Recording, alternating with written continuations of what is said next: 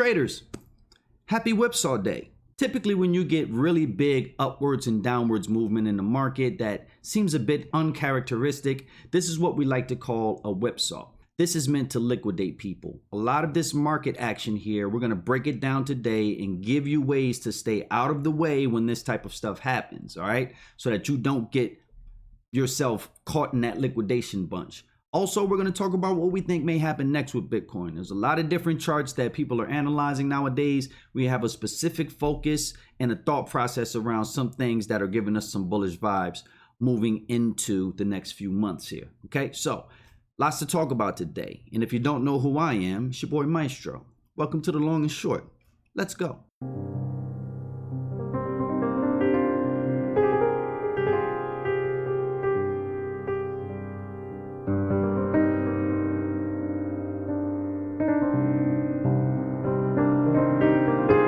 Welcome to the long and short. Maestro here. Thanks for tuning in. Every day on this channel, we try to make you a better crypto trader by showing you smart money, price action trading techniques from a long and a short-term perspective. Doesn't matter if you're a long-term holder or a short-term trader, we do have some tricks up the sleeve to show you guys today. Thank you for all of the people who are tuning in. We definitely appreciate your time. And if you learned something today, please feel free to hit that like, subscribe button, share this with someone you know who also wants to be a better crypto trader, and we're gonna help you guys get to the top, all right? Thank you all for joining. Let's talk about this day because right at 8:30 a.m. this morning, Eastern Standard Time, we had a really nice whipsaw candle. Now, what is a whipsaw? Essentially, a whipsaw day is a day in the market where you get this really big movement and then nothing really happens after that, okay? Now, the setup to this was done maybe 2 or 3 days before, okay? In order for traders to be in line for this type of price movement, okay, which essentially is meant to liquidate both sides of the market for the market to set up again to kind of do the same thing again.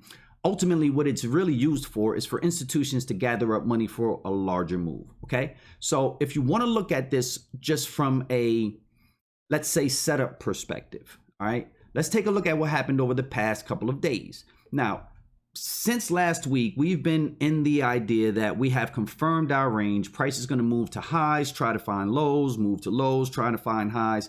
And there's an interior area of this range as well as an exterior area of this range. Now, what we want to point out is that this price movement here that you're seeing from sort of this level all the way up to come right back down to it is almost eerily exactly the same as the price move that happened last week. All right, so if we zoom out a little bit more, you can see this, right? And this movement was a lot larger than this sort of microcosm of the bigger move here.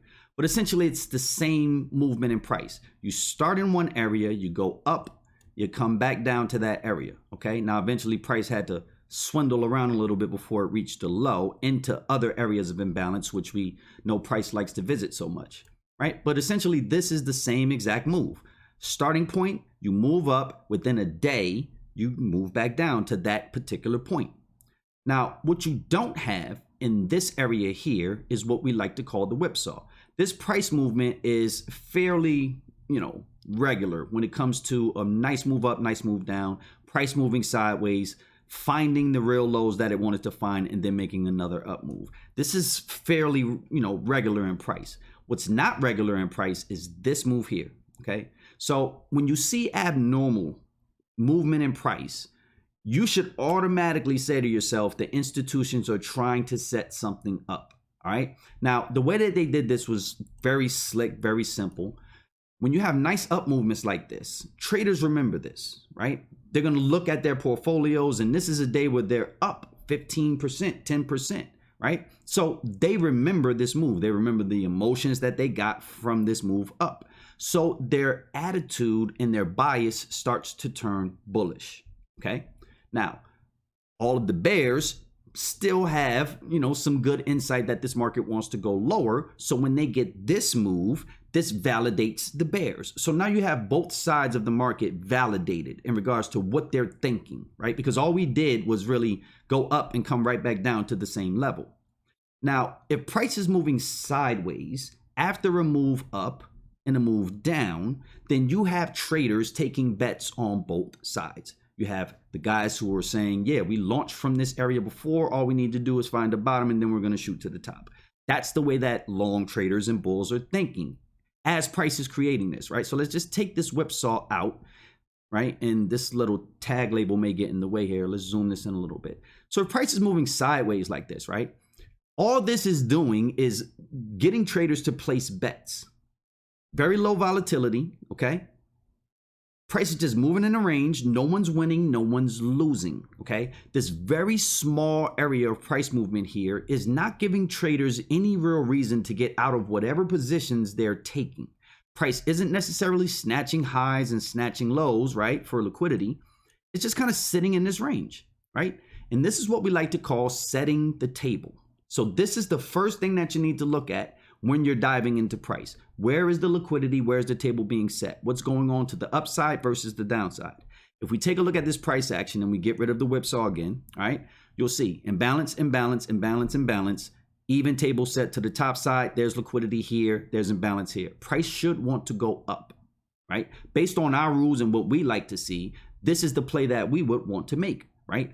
A spike to lower liquidity and then a move up. Now, if in fact you played this the proper way, you could have actually taken this trade home.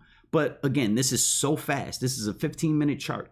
So unless you're watching the charts, you're on your charts, you're making these moves very expeditiously, as my guy T.I. would say, then you're not going to profit off of this whipsaw move. It's a very fast, aggressive move, and it literally combed from 40,320 all the way back down to 38,447. That's $2,000 worth of a move, $1,500 worth of a move just for the Bitcoin price alone. Do you know how much money it takes just to do this? Okay, both buying and selling.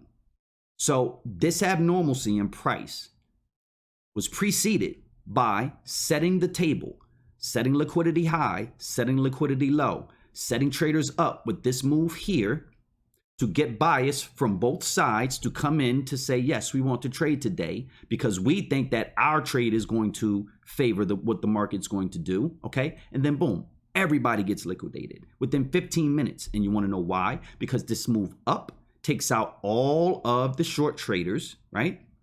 And the move down takes out all of the long traders. And so price will generate movement here, okay? Let's zoom in actually to a 1 minute because I like to really examine this and how this works, okay? So check this out, guys. This is very simple to see, okay? We're on the 1 minute chart now before we're on the 15 minute. This move here was that liquidation. So what did they do? They set the levels high. They went high first. Boom. They just took out all of that energy to the upside, even filled some imbalance along the way. And then look at how hard price fell down to the lows. So if we want to count this out in candles, this is 1, 2, 3, 4, 5, 6, 7, 8, 9, 10, 11, 12, 13, 14, 15. Within 15 minutes, price moved up and then back down. There is no explanation, right, for a movement that's this aggressive unless it is to liquidate traders on both sides of the market. So who took home the money? The algorithms controlling price. That's who won today, the institutions, because they're the only ones with enough money and algorithms in place to essentially do this, all right? Now, being that we understand how whipsaws are produced, how they work, what just happened today, how do we get out of the way of this action, right? Because most traders would not have saw this morning. We actually sat on our hands to maintain our win streak. We didn't take any trades today. Just based on that early morning volatility, we said, no, we're not going to do anything today, right? We're going to sit on our hands and let price do its thing because getting in the way of trades like this is what gets you liquidated. All right, now we're just going to go to Gateio because Gateio is a very nice website. It shows you how much money actually got liquidated within the past hour and 24 hours. So right now we're up to $328 million that got liquidated just today within the past 24 hours. Where did those liquidations happen? Right there, okay? Set traders up on the top, set traders up on the bottom. Goodbye, see you later.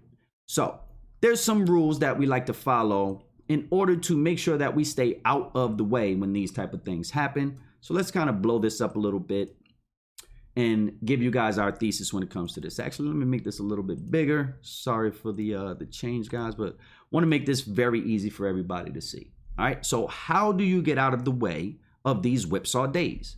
You want to make sure that you're reviewing the previous price action for the setup, the institutional setup. The up move, down move, very aggressive movements in price that come back to the same levels. And then if price just evens itself out, this is the perfect setup for a whipsaw. Because just like we explained earlier, you're bringing in longs, you're bringing in shorts, you're sitting the market still so that they can place bets, okay? And then from there, we whipsaw both sides, sit it right back down where it was supposed to be. That's the way it works. So if you see these type of things in the charts, and believe me, just watching this channel, you'll start to see them because we're going to point them out, okay? When we see things in the market and it leaves a little impression in our brain, we're going to point that out next time, okay? So next week, when they try to do the same thing and push price up, we know that by mid-Thursday, Friday, they may want to push it back down. It was the same thing last week. We called it again this week, mid-week reversal. This is what you're getting, right? And most times it's taking place from overnight going into the New York session and New York will reverse the market. This has been the pattern just to keep us in this range, okay? Number of different reasons why that's happening, but technically speaking, that's the pattern, right? Also, you want to understand where you are in time and price. So the reason why we mention New York in the New York reversal is because that's when these reversals are taking place. That's when this whipsaw took place, right before the New York Open at 8:30 a.m., okay? So if it happens before the open, of course, it gives them the deniability of it being institutions. But guys, this is the perfect setup, right? 8:30 in the morning. Who else is trading to make this happen like this? No one else but robots from institutions. So this was a planned design play, all right?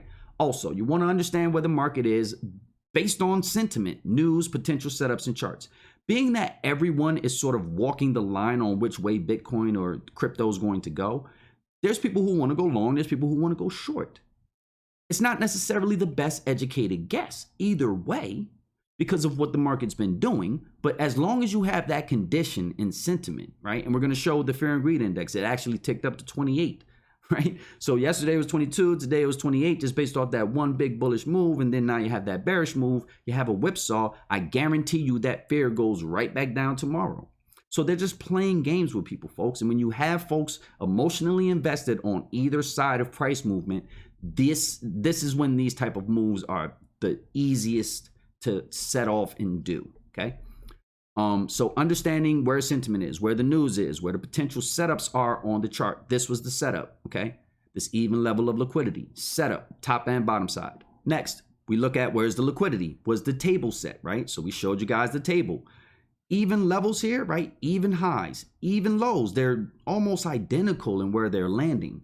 This is a table, both sides. You don't have any really aggressive moves down to set highs or lows there, okay? This is all very compact range. All right, where are the price targets?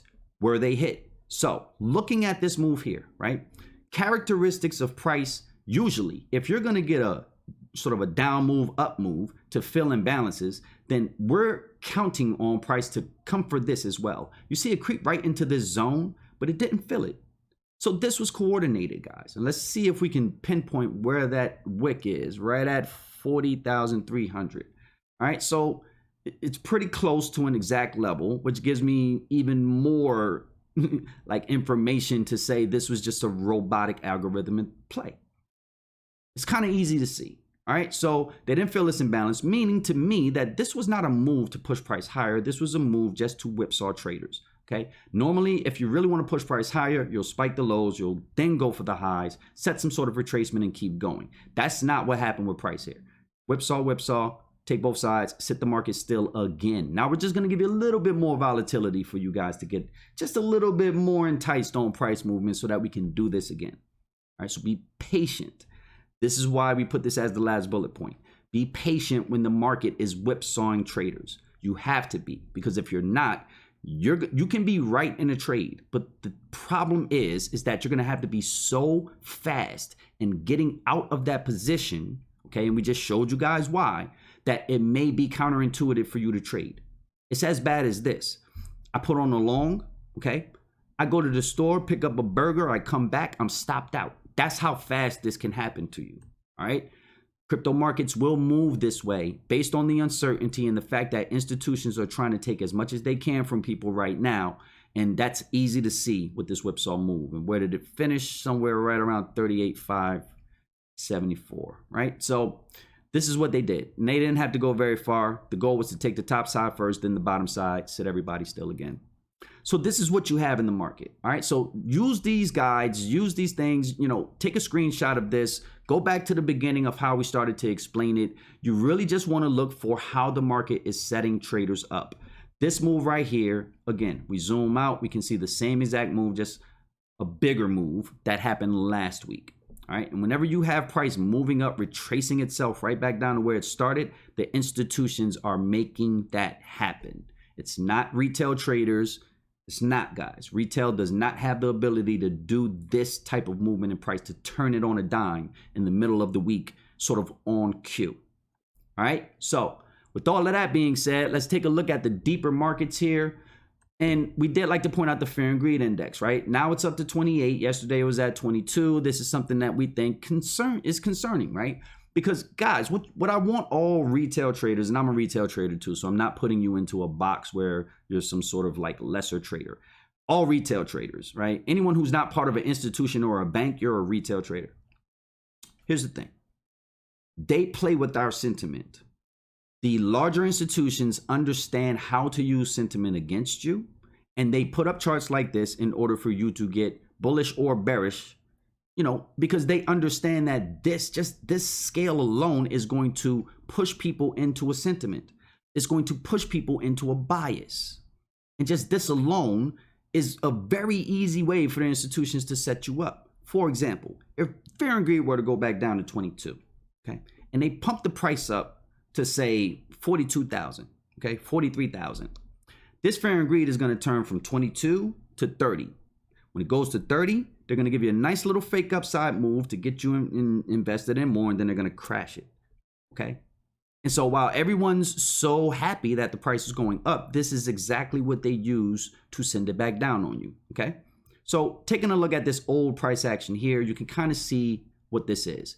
Everyone was in profit that bought down here at the $10,000 18. I bought Bitcoin at 18K, right? So I got in sometime around here right before January 2021, right? Now, when the price rolls up like this is parabolic. Now, people who buy into parabolic moves are the ones that are essentially either out of the market or the most afraid at this point, right? And I count that really as anybody that bought over 40K. At this point, these are the people who are fearful. So these are the ones that they are playing this game with.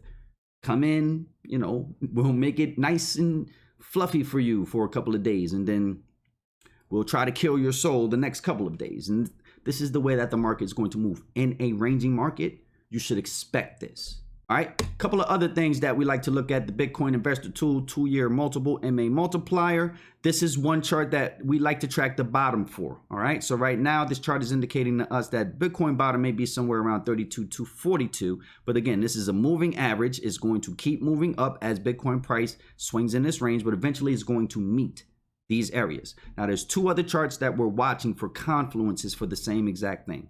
All right, so this is the first one, the 2-year MA multiplier. We want to see if Bitcoin touches the bottom of this line. Does it also have confluence with two other charts, the pure multiple and the 200-week moving average? As you can see, 200-week moving average, if we just kind of zoom this out a little bit, every time this average touches this line here, guys, you can see it on charts here.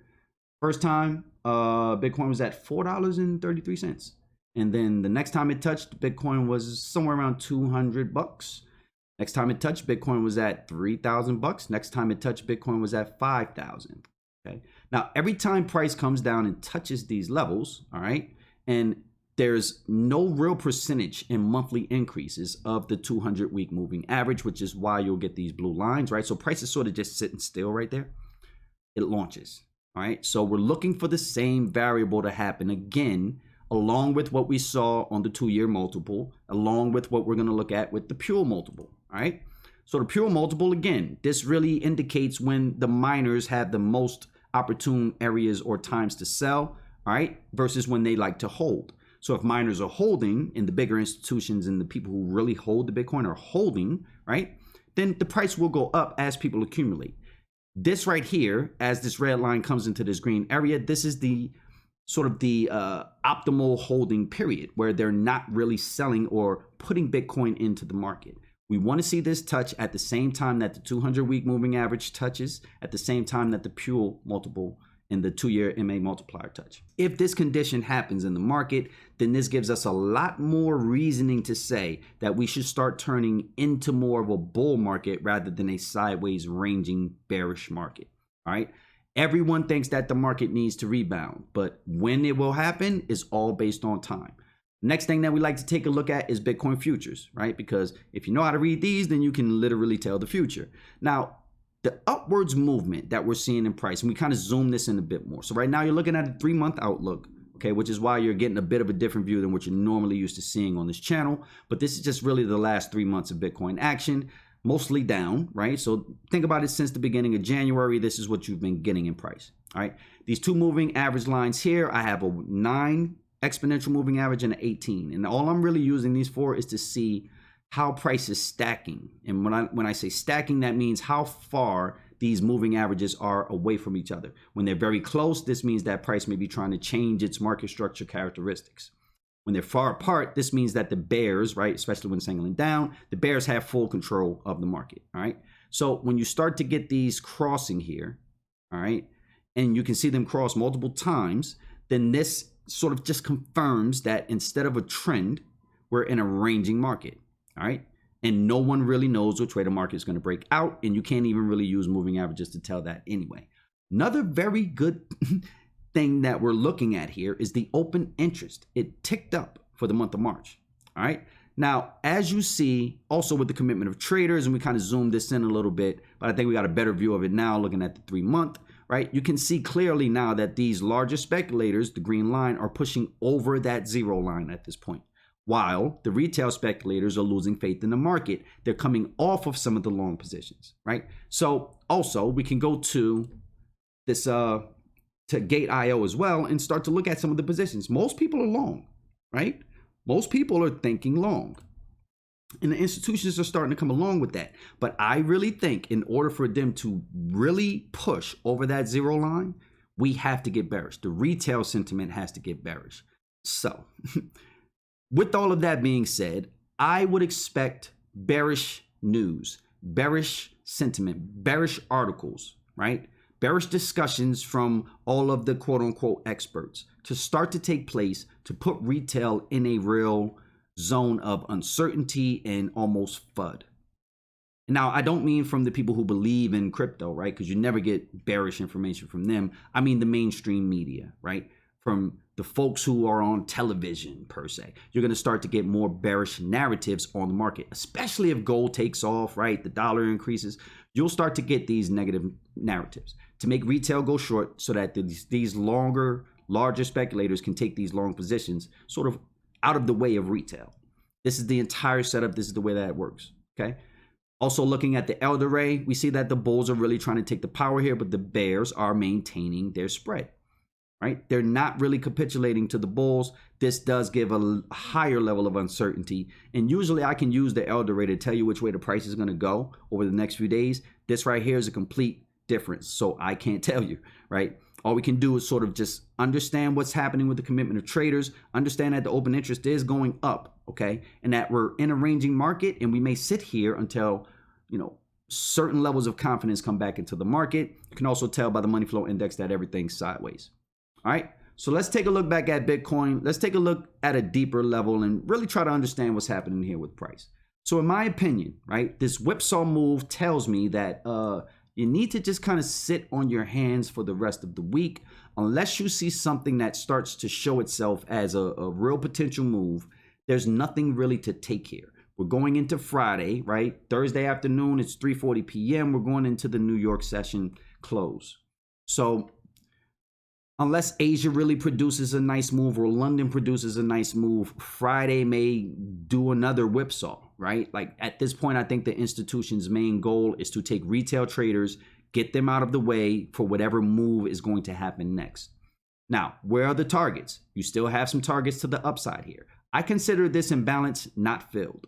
The reason why is because price spiked through this so quickly that it didn't give traders a chance to trade within these areas, right? So you still have a fair market value gap here, right? So this area is still valid for me. This area is still valid. This and this still valid. Price could come and try to reach for some of these levels earlier next week, right? If they don't try to do it over the weekend. This isn't that far. So you have 39.40, which is where price is at right now. The highest part of this imbalance, or these areas of imbalance, is at around 41,679. So not that far for price to travel. This can actually be sort of a Friday going into the weekend move to carry the momentum up. If that's in fact the case, right, then that just confirms that we're still stuck in this range. And this is the following week that we're going to go into the FOMC.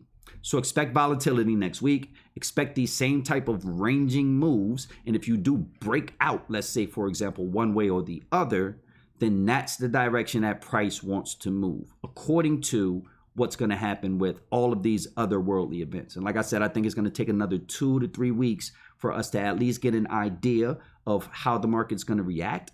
And then from there, it may take another 2 or 3 months for us to find a real bottom if price does need to fall more, or, you know, start to reach for a new top.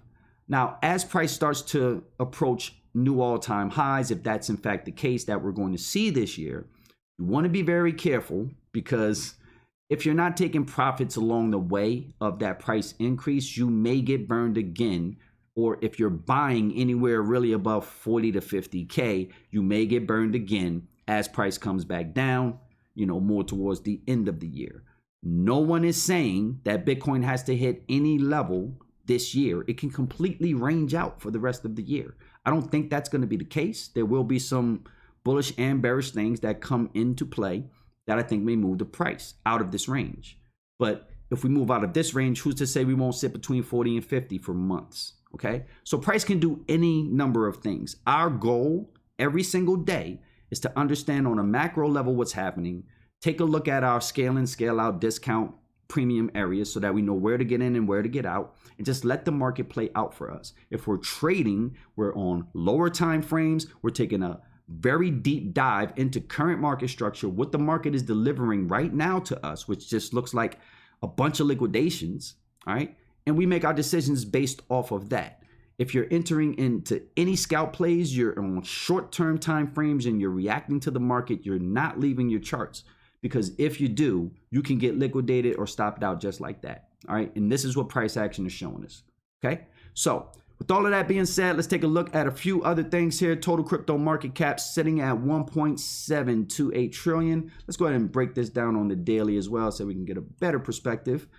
All right, and if you've just come to this channel for the first time, the way that we view this is basically through zones, okay? Everything that price swings in is in some sort of zone.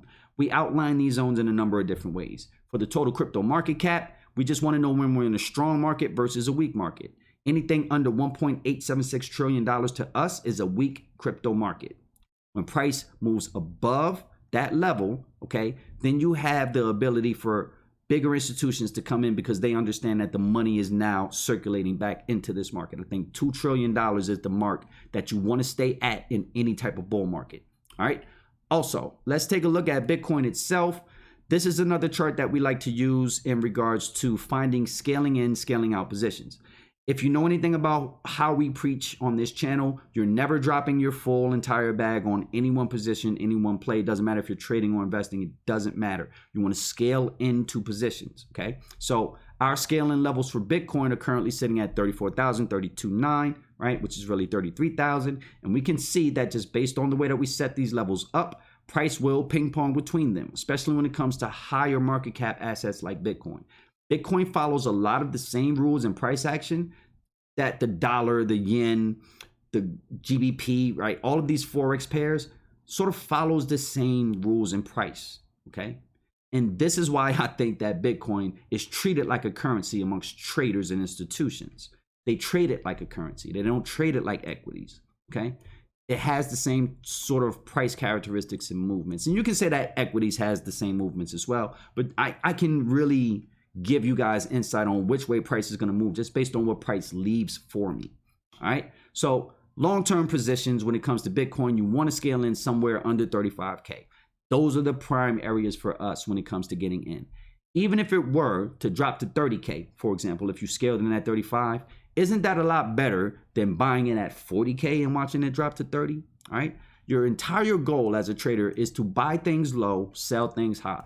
And this chart right here gives you all of those zones, right? So again, all this is a fair range of the lowest areas of Bitcoin price in the past 2 years versus the high, the midpoint of that range, sort of a 75% level, 25% level, okay? And we break out zones from this. Discount, low premium, high premium, bargain. Anytime price is in a discount zone, what would you do at a retail store?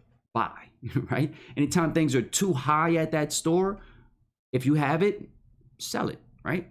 Or you wouldn't buy it at that point, and that's the main point, right? So this is how each one of these charts are broken out. And again, we have a tutorial coming starting this weekend that will start to give you the mindset, the entire scope of what you need in order to get yourself to this level of watching this type of price action on charts, setting up limit orders, sort of automating your process and letting the market do its thing, right? Based on the market conditions. There are a few things that you're going to have to manage, but we can completely tell you how to automate this system, all right?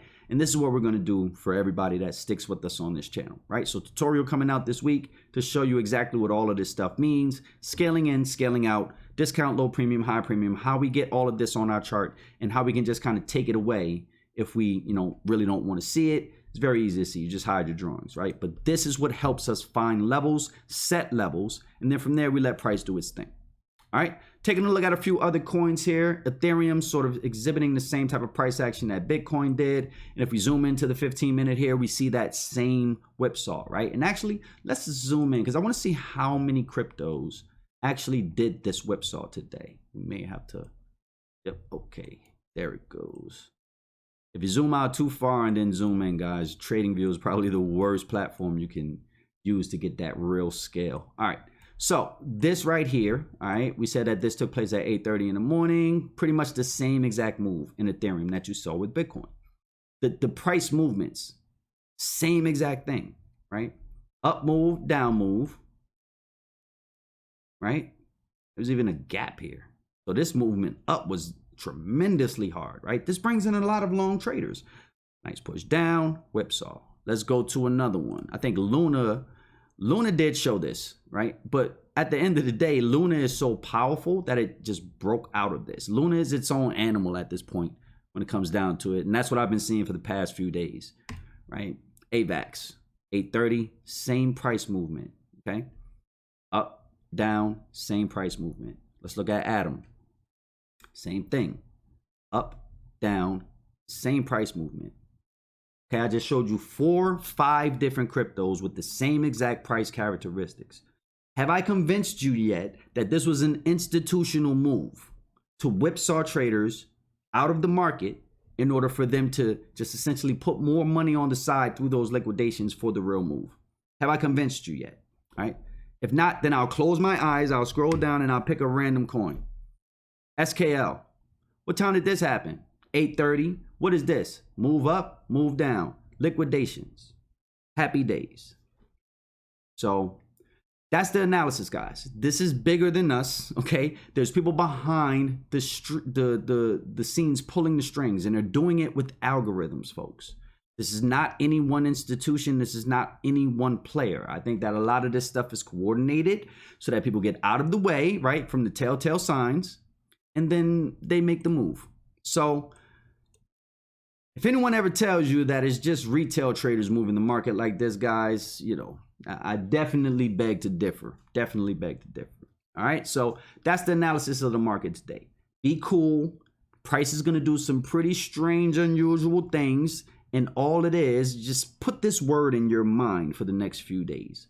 They're trying to set me up. Just think about it that way, and you'll come out a lot better in your trading outcomes. All right. Hopefully. So we're going to kind of sit on the sidelines. If we see anything of value, we'll take it. Otherwise, we're playing super short stop losses.